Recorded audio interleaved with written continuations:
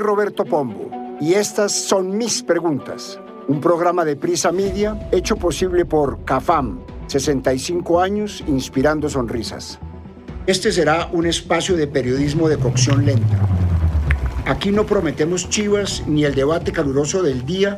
En estos tiempos, para ser más exactos, no estaremos en el debate de la mañana ni en el escándalo de redes de la tarde. Este es un espacio que está diseñado para entender. Aquí la regla es escuchar más que hablar. Aquí no se dicta cátedra y nos asumimos emocionadamente como desconocedores de muchas realidades. Y todas las semanas llamaría a mis amigos, a mis fuentes, a quien toque, para hacernos preguntas muy concretas, para ir armándonos la película. Una nueva película cada 7 días. Aquí la necesidad es preguntar, por ingenua que parezca la pregunta.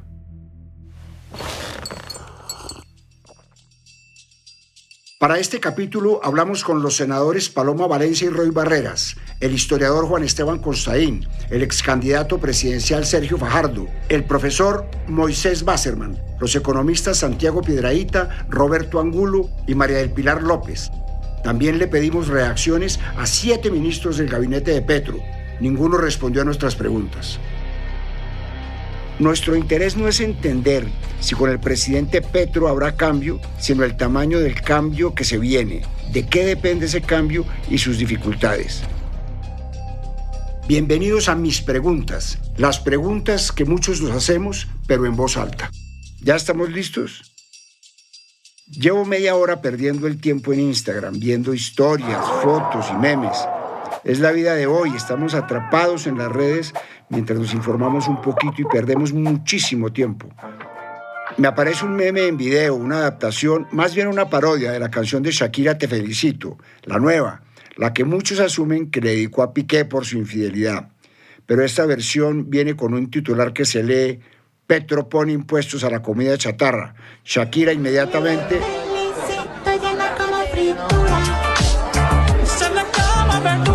Es francamente ridículo. Un hombre pasado de kilos, disfrazado de Shakira, cantando que solo come verduras. Me resulta bueno de lo malo que es, pero me hace parar de la cama, me salgo de Instagram y me quedo pensando que detrás de un meme tan básico, aparentemente inofensivo, hay toda una conversación acerca del cambio que se espera con Petro. Si al final de los 4 años de este gobierno estamos comiendo verduras y evitando las gaseosas, Colombia habrá cambiado para siempre. El camino se ve espinoso. En materia de símbolos y mensajes, el cambio ya es evidente. Para entender el nuevo discurso, el mejor resumen está en la posesión. De memoria me tomo 30 segundos para mencionar algunos temas que llamaron la atención. Y prometo al pueblo cumplir fielmente la Constitución. Llamo ahora a una hija de la izquierda, de la historia. La primera orden fue traer la espada de Bolívar. La primera dama, Verónica Alcocer, apareció con un vestido papal para reforzar el mensaje de compromiso con la paz. Sofía Petro, una de sus hijas, se vistió de morado feminista y portaba el mensaje justicia climática. Este tenía mini tejidos en chaquiras amarillas elaborados por la comunidad en Vera Chamí. María José Pizarro impuso la banda presidencial a nombre de su padre, el exguerrillero y político del M-19 asesinado Carlos Pizarro, a quien llevaba bordado en su espalda. Lució un vestido rojo precioso elaborado por el diseñador Diego Guarnizo. El pescador, la barrendera, la chocuana, el silletero como invitados especiales. La Plaza de Bolívar abierta al pueblo. El primer saludo fue al personal de servicio, una mujer afro cantando el himno. Primera vez en Colombia, ganamos. No va a haber discriminación. Ahora nos va a manejar la izquierda, pero de una manera progresista. La mayoría de la gente, digo confiado, está bastante emocionada y creyente en este cambio, como lo dijo el mismo presidente Petro a sus ministros en su primera reunión oficial. Este es el gobierno del cambio. Lo vieron en la Plaza de Bolívar, lo vieron el 19 de junio, lo sienten en la atmósfera social de Colombia. No contagiarse del sentimiento de esperanza y cambio de las primeras semanas fue inevitable. Ni en el Mundial de 2014, en el que pasamos a cuartos de final, en el que James fue goleador y parecía que por fin seríamos una potencia futbolística. ¡Abrácense, colombianos! ¡Abracémonos en un solo! Nunca antes hubo tanta ilusión como la del 7 de agosto de 2022. Solo han pasado pocas semanas desde el arranque, pero ya es inevitable que la emoción se escurra y quede en sus justas proporciones. Es inevitable que surjan preguntas porque ya empiezan a gobernar. Las más básicas se las hago a 2 gotas de aceite que serán protagonistas en el cuatrenio. Roy Barreras, hoy presidente del Congreso, y Paloma Valencia, reconocida política del uribismo. ¿Qué es lo que está cambiando? ¿De qué tamaño será este cambio? ¿A cambio de qué se hará el cambio? ¿Alcanzará el cambio para evitar la frustración de un pueblo ilusionado? Me dan respuestas cortas. Tal vez el principal es que tenemos un presidente que le desagrada parte de la institucionalidad colombiana, y me refiero con esto a las Fuerzas Armadas de Colombia. La lista de cambios es enorme, 67% de renovación del Congreso. La primera vez que un partido de gobierno tiene 22 senadores, la mitad de ellas mujeres, defensores de derechos humanos, líderes sociales, ambientales, animalistas, nuevos en el Congreso. Una amenaza también al sistema productivo agropecuario con una reforma agraria. ¿Qué es lo que se está cambiando? Todo. Para empezar, un gobierno de derecha extrema que decidió hacer trizas la paz. Para abordar el cambio debemos hablar de un primer concepto que a mi juicio ha estado presente desde siempre en el discurso del presidente durante sus décadas de lucha y de política: el establecimiento. Es un concepto de origen inglés que palabras más, palabras menos, y sin ofender a las facultades de ciencias políticas que lo estudian, se trata del poder que garantiza que el orden, los privilegios, el conjunto de instituciones que de una u otra manera funcionan, los intereses del poder y un discurso político se mantengan intactos y establecidos. Es lo que se supone que está cambiando. El cambio pasa por la promesa de desbogotanizar el Estado y llevarlo a todos los territorios del país, hasta una nueva repartición de los esquemas de seguridad. En el discurso habla de la inequidad, el hambre y la superación de la pobreza, de los nadie, pero también de los que ahora buscan excusas para no reducirse los salarios suntuosos y prebendas de poder. Eso pasa por apretar unos sectores vía impuestos, pero también el surgimiento de nuevos amigos, nuevos empresarios de los poderosos. Después de un establecimiento llega el otro. ¿Puede existir país sin establecimiento? Aquí hablo con un buen amigo, el historiador y novelista Juan Esteban Costaín, para que me dé sus luces. Pues Roberto, en Colombia usamos ese concepto inglés del establecimiento para referirnos a los dueños históricos del poder. Por un lado tenemos unas familias ricas y tradicionales, y por el otro lado una casta política que antes tenía un vínculo muy estrecho con esas familias, pero cada vez menos. El establecimiento también es un discurso, unos valores, unos principios, unos mitos. Las revoluciones lo que buscan es cambiar ese discurso y a quienes lo representan. Eso es lo que Petro prometió hacer. En síntesis, es un club de poder y beneficios que cambia de manos y se constituye en un nuevo club que ahora está encargado del progreso y del bienestar. Es decir, estamos ante el nacimiento de un nuevo establecimiento. El nuevo club lo comanda, por supuesto, el presidente Gustavo Petro, quien hábilmente metió en una sola bolsa a la mayoría del país político. Políticos de ayer y de hoy quedaron bajo el paraguas de un gran pacto nacional para que el cambio se produzca entre todos, casi que emulando el acuerdo sobre lo fundamental de Álvaro Gómez Hurtado cuando empezaban los años 90 y había que hablar con todos. Eso sí, en ese entonces se proponía una sentada conjunta entre contrarios y no había que declararse formalmente de gobierno para acceder a cuotas burocráticas, como sucedió con los conservadores, el partido de la U de Ilia Francisca, los liberales de César Gaviria, que dejaron por escrito ante el Consejo Nacional Electoral que serán bancada de gobierno. Cuando veo esa composición me cuesta mucho trabajo pensar que ahora sí las cosas serán muy distintas. Hablo con alguien cuyo discurso ha sido sobre la importancia de cambiar las formas de hacer política. Su frase más repetida: de la manera como se llega al poder, así se gobierna. Esto me envía Sergio Fajardo. Roberto, el gobierno de Petro hasta el momento es un gran sancocho nacional. Ahí participan elementos muy destacados de la corrupción, maestros del clientelismo, personas serias y rigurosas del establecimiento.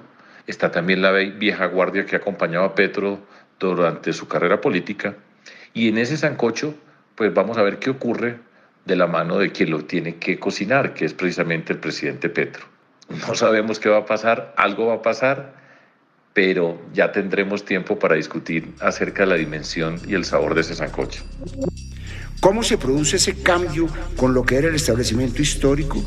¿Cómo pensar que los que vivían de poner contratistas en el Estado para entregar licitaciones ahora lo dejarán de hacer porque hay un propósito nacional? ¿Cómo puede ir Petro más allá de esos simbolismos muy acertados de sus primeros días? Ya se empiezan a ver fisuras, algunos incumplimientos tempranos y a divisar futuras confrontaciones. Las promesas en campaña y la lista de compromisos de arranque de gobierno son bastantes y muy ambiciosas. Lograr la paz total, cuidar de los abuelos, personas con discapacidad y a los históricamente marginados, crear ministerios y llenar de Estado al país, luchar contra la corrupción, la transición energética, implementar sistemas de trenes, etc. Todo eso tiene una condición previa y no negociable: dinero y en grandes cantidades. El discurso es loable, correcto, moderno, pero necesita recursos de manera casi que inmediata. Le pido respuestas a 3 economistas muy serios. ¿Depende entonces la consolidación del cambio de esta reforma tributaria? Me hablan Roberto Angulo, experto en inclusión social y desigualdad. Hola Roberto, ¿cómo estás? Pues a ver, te cuento, yo creo que si no sale la reforma o sale descafeinada como dices, evidentemente no habrá cambio social. Pero que salga la reforma es apenas la condición necesaria para incluso preservar el statu quo. Que haya cambio social va a depender de la calidad del gasto social y de las inversiones públicas que se deriven del nuevo recaudo. Y para eso nos falta todavía conocer muchas propuestas. Entonces, sí es necesaria, pero no es suficiente para que haya cambio social. Santiago Piedrahita, rector del ICESI y exdirector de Planación Nacional. Si se cae la reforma fiscal o si no se puede hacer una reforma tributaria, pues pensar en grandes cambios parece imposible. De hecho, Colombia necesita una reforma fiscal al margen del cambio, así no cambiara nada de lo que hace el Estado hoy, así no aumentáramos en nada los servicios y beneficios sociales del Estado, necesitaríamos una reforma fiscal importante. Y María del Pilar López, doctora en Desarrollo Económico. Dentro de los factores económicos está la necesidad, la urgencia de aumentar los ingresos del gobierno. En los últimos años, el gasto ha sido sustancialmente mayor al ingreso y esta brecha ha ido aumentando en el tiempo. La principal fuente de ingreso del gobierno son los impuestos. Es decir, la reforma tributaria es clave. Tal vez por eso, promesas como que el Estado asumiera el rol de empleador de última instancia y acabar con el 4 por 1000 se han ido desmontando con claridad. El 4 por 1000 continúa, punto. Otras, como el tren elevado que iba desde Buenaventura hasta Barranquilla, no se volvieron a mencionar. El hoy ministro de Educación, Alejandro Gaviria, era lapidario con esa propuesta y no temía en decirle: no más carreta. Nunca se supo con exactitud el costo del paquete de reformas que se prometieron en campaña y aún no se sabe cuáles son las definitivas, pero cuentas claras nunca tuvimos. De hecho, el único estimado lo calculó el ex candidato Fajardo en uno de los últimos debates. El matemático aseguró que las matemáticas no le daban y que el costo fiscal de algunas reformas de las que proponía Petro eran del orden de unos 129.5 billones de pesos. En ese entonces, la tributaria propuesta por Petro escasamente llegaba a los 65 billones y sería cargada en principio a los 4.000 más ricos. En una reforma tributaria que implica quitar todas las exenciones, que implica una renta presuntiva a dineros en paraísos fiscales, es decir, que implica, en cierta forma, afectar tributariamente una élite económica de 4.000 personas que no le están pagando impuestos al Estado. Con el triunfo llegó la realidad de gobernar. Y hoy la reforma, que no deja de ser ambiciosa, le apuesta a recaudar 25.9 billones de pesos el primer año. Una cifra muy inferior a los 65, luego 50 billones de los que se hablaba y que dependerá de muchos más que 4.000 personas ricas. La reforma, de hecho, contempla a las personas de altos ingresos a partir de 10 millones mensuales y de ahí para arriba se apretará el cinturón. Llegó la hora de gobernar y ya Gustavo Bolívar, uno de los grandes escuderos de Petro, salió a aclarar en un trino que: colombianos, no se dejen engañar. La reforma tributaria del gobierno Petro no gravará productos como el salchichón y la butifarra, entre otros. Pensamiento muy lejano al de la senadora Paloma Valencia, quien convocó una marcha para decir no a la reforma del salchichón. La marcha fue lánguida y muy surreal, tan surreal y colombiana como un audio filtrado en el que el mismo Bolívar tranquiliza a Harold Trompetero sobre el retiro de incentivos al cine. Y Harold, tranquilos, hermano, tranquilos que yo freno todo eso. Yo ahí teniendo la batuta de la Comisión Tercera, yo no dejo pasar eso. Ya por eso, yo cité mañana una reunión con la ministra y esto, pero para que socialicemos el tema, para llevar los argumentos donde el ministro de Hacienda, pero eso no va a haber problema. Dígales que tranquilos.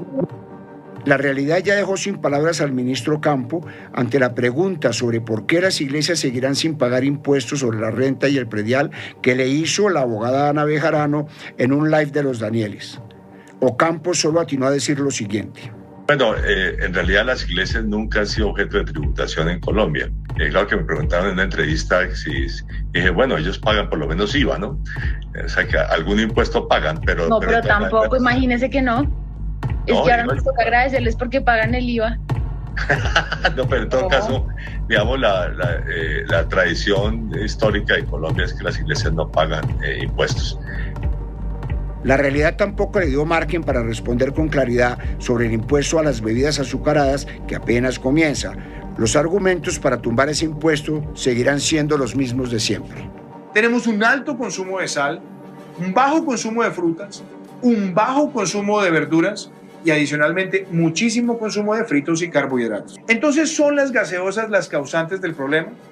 Claramente no. Son apenas el 3% de las calorías promedio que consume un colombiano. Y si miramos el universo de bebidas, son apenas el 11% de las bebidas que consumen los colombianos diariamente.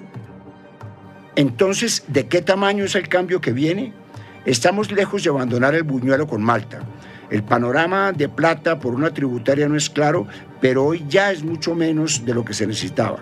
Y es muy probable que incluso termine por debajo de la apuesta de los 25.9 billones, como ha sucedido con las 21 reformas tributarias que hemos tenido desde los años 90 hasta hoy. Una reforma tributaria cada 18 meses es el cálculo. Hasta el momento ninguna estructural.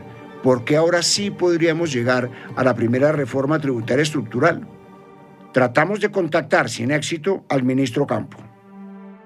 No podemos hablar de cambios sin hablar del gabinete, que para los moderados, el centro y algunos en la oposición resultó mejor de lo que se esperaba. Tiene figuras de la academia, reconocidos economistas, juristas y en general gente con la talla suficiente para no ser decoración en palacio. Empezando por José Antonio Campo, ministro de Hacienda, una garantía para los mercados internacionales, para el empresariado y para todo aquel con intereses financieros en el país. Alejandro Gaviria, que tendrá que responder a la expectativa causada por el aviso temprano del presidente Petro cuando trinó. Les solicito a los alcaldes y gobernadores del país alistar lotes con títulos saneados para construir las sedes universitarias y colegios. Álvaro Leiva como canciller, quien tal vez sea la persona con más conocimiento sobre negociaciones de paz de las últimas décadas. Néstor Osuna, un destacado académico y exmagistrado del Consejo Superior de la Judicatura, como ministro de Justicia. Patricia Ariza, quien ha sido un referente en el teatro en Colombia, como ministra de Cultura. O Iván Velázquez en la cartera de Defensa, un ministro reconocido por la lucha contra la corrupción en otro país y al que el gobierno de Duque tuvo que pedirle perdón por los seguimientos ilegales de los que fue víctima por parte de agentes estatales en el segundo gobierno de Álvaro Uribe Vélez. Presento disculpas por los seguimientos ilegales realizados al señor Iván Velázquez y realizo la promesa de no repetición. Pero también es un gabinete que ha sufrido golpes tempranos, como el nombramiento de Mary Gutiérrez en el MINTIC. Frustrado nombramiento por su posible incompatibilidad por haber demandado al Estado por 45.000 millones. Otro que no se pudo posesionar fue el doctor César Ferrari en Planación Nacional por tener triple nacionalidad. El nombramiento de Arturo Luna como ministro de Ciencias tampoco cayó bien. Luna está demandado por el propio ministerio ante el Consejo de Estado por haber accedido a un cargo sin la experiencia suficiente en el gobierno de Iván Duque. Y no sobra mencionar el caso de Guillermo Reyes, cuota conservadora, que tardó semanas dando explicaciones sobre un presunto plagio, tomando sin citar varias páginas del artículo del abogado Juan Jaramillo, Los órganos electorales supremos, Su caso aún no es claro. Se me quedan por fuera varios nombres. Me voy a enfocar en el grupo de ministros que son reconocidos como activistas. Estos ministros, que son de la entraña de Petro, han hecho entrar al gobierno en contradicciones y confrontaciones en temas delicados, muy emocionantes, que no son tan simples de resolver. Está Carolina Corcho, la ministra de Salud, a la que no paran de acusar en redes sociales de haber propagado noticias falsas como que a Colombia no llegarían vacunas donadas por Estados Unidos, vacunas que finalmente sí llegaron, o que el 100% de las muertes evitables de Colombia son culpa del sistema de salud que ahora ella misma tiene que liderar. Está Irene Vélez, filósofa con maestría en estudios culturales y doctorado en geografía política, quien ahora lidera la cartera de Minas y Energía. Vélez afirmó en una entrevista que tenemos gas suficiente para 8 años, cuando en realidad son solo 3. Remató diciendo que en caso de no lograr abastecer el mercado local, acudiríamos a Venezuela. Por si fuera poco, su primer Congreso Nacional de Minería salió mal. En un escenario en el que el sector esperaba certeza sobre el nuevo enfoque de regulación y explotación, Vélez pidió a otros países que comiencen a decrecer sus modelos económicos. El día fue empeorando cuando mandó a callar a unos asistentes. Ahí, por favor, en la segunda fila, los de la mano derecha, si nos hacen silencio para poder seguir. Gracias. Y terminó de la peor forma posible, cancelando abruptamente una rueda de prensa. ¿Me dejas hablar, por favor? Gracias. Yo hice la pregunta antes. Bueno, entonces esto se acaba aquí. Muchas gracias a los que ahí pensaron. Estos episodios tienen al mercado energético con los tacos disparados. La soberanía energética quedó en tela de juicio con sus afirmaciones y depender de Venezuela no parece ser la decisión más responsable y de cualquier manera ese gas se quemaría y contaminaría en Colombia. La Minmina Sarayave con la ministra de Medio Ambiente, Susana Muhammad, que de entrada pidió frenar la licitación del canal del dique, acusando a la exvicepresidente Marta Lucía Ramírez de tener intereses en el proceso. Rápidamente se podrá ver una partida de ajedrez entre la tecnocracia y el activismo del que podrían salir visiones muy potentes, pero también convertirse en una bomba de tiempo que termine con la luna de miel con la opinión. Siempre me he preguntado si el activismo choca con la tecnocracia, con la ciencia y con la evidencia. Trato de contactar al profesor Moisés Basserman para que me dé sus pensamientos al respecto. Los activistas, por definición, tratan de adelantar o de imponer no la mejor solución al problema, sino una con la cual estaban ellos comprometidos a priori. Algunos asuntos políticos posiblemente eso es viable, pero en los asuntos técnicos es abiertamente inconveniente. Hoy la voz la lleva a Ocampo. Nadie cuestiona ese hecho. Sin tributaria, el resto del cambio simplemente no se da, al menos por vías normales, por no decir democráticas. Ya lo ha dicho el mismo ministro. No estoy aquí para hacer locuras ni para dejar hacer locuras. Vuelvo y repito, sin tributaria pueden venir las locuras como endeudarse más, imprimir billetes, crecer el déficit fiscal de manera desproporcionada o tocar el ahorro pensional. Otros me dicen que sin tributaria, Petro tendrá la opción de jugar el papel del Rodolfo candidato, es decir, ponerle un tate quieto a la corrupción, parar la robadera, como decía el ingeniero. Ahí también el presidente podría sorprender al país, sobre todo si atina a castigar la corrupción propia, la de colaboradores cercanos. La bandera de lucha contra la corrupción es una mera persecución política si solo se aplica a rivales políticos.